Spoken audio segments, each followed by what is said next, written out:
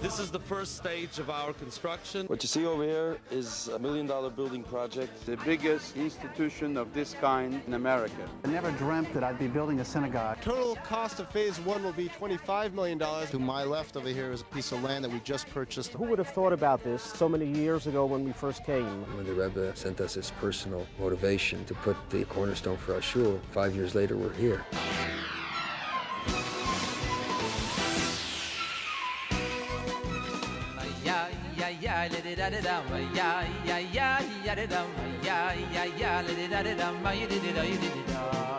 From the time we met Rabbi Amar, our lives changed. We all live very fast-paced life, and it comes a time that you want to know the meaning of life.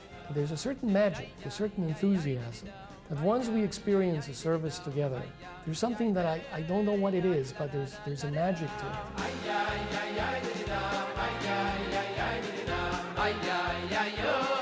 We are proud to celebrate our first anniversary since the Golden Beach Outreach Program has started here in this area, and we are happy to offer the community with a sense of spirituality, brotherhood, and a sense of community, something that never happened here in the community.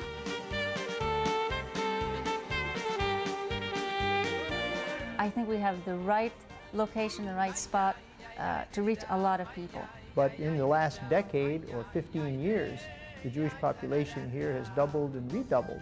Golden Beach is a uniquely wonderful, small community where you can live and raise your children and get to know all the elected officials, and you have a beach a couple of blocks away. And most of the new young families moving in are Jewish. Most of them young, most of them with children, and many of them needing a synagogue. If I can tell my kids that we have a synagogue right around the corner, it's quite a nice way to grow up.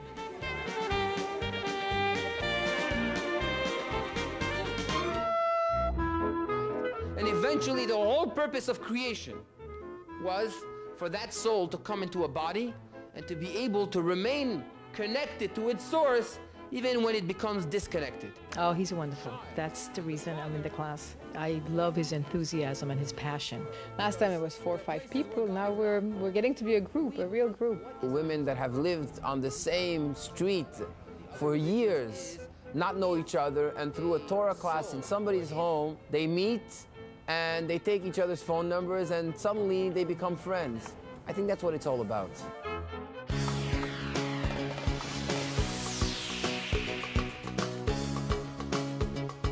We decided to really put ourselves on the edge of technology. We now have a website, and we have 8 web pages with the Word of Torah and all the programs and a calendar. Every month we publish a calendar with all the Hebrew dates, the important dates, and the dates of the classes, so the community is constantly informed of what's happening.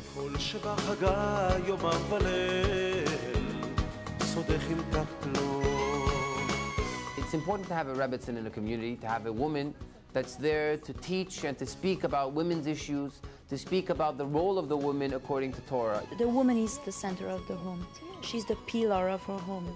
She's the one that makes the food. She's the one that gives education to the kids. She's the one that can influence her husband. If she decides something, if she wants her home to be spiritual, to be in a certain way, the home will be that way.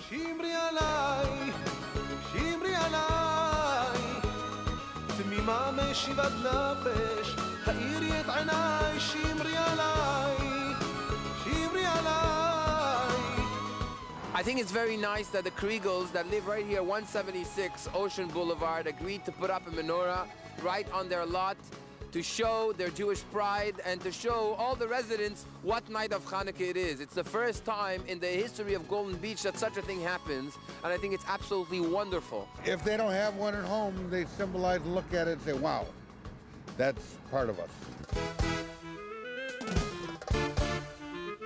In today's society, you got to have something to bind you together, and that's definitely, religion is quite important. I don't think anybody has attempted that in the 10 years I've lived in Golden Beach.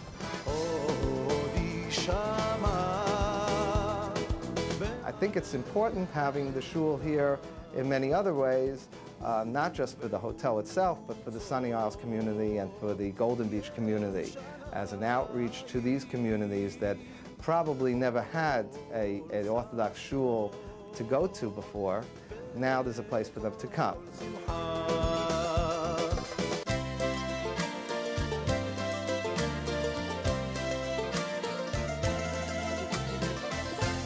So we need the shul to bring all these people together from Europe, from the US, from South America. One is Ashkenaz, one is Sepharad, one speaks Spanish, one speaks French, one speaks Yiddish. What's good about the rabbi, he speaks all these languages. So he's able to connect and to bring everybody together.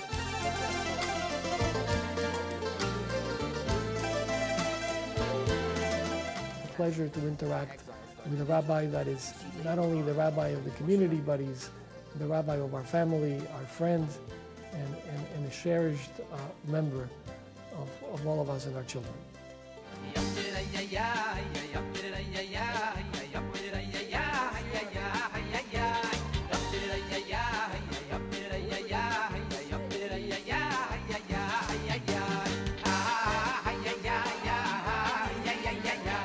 My mission as the rabbi's wife, first of all, is to be here.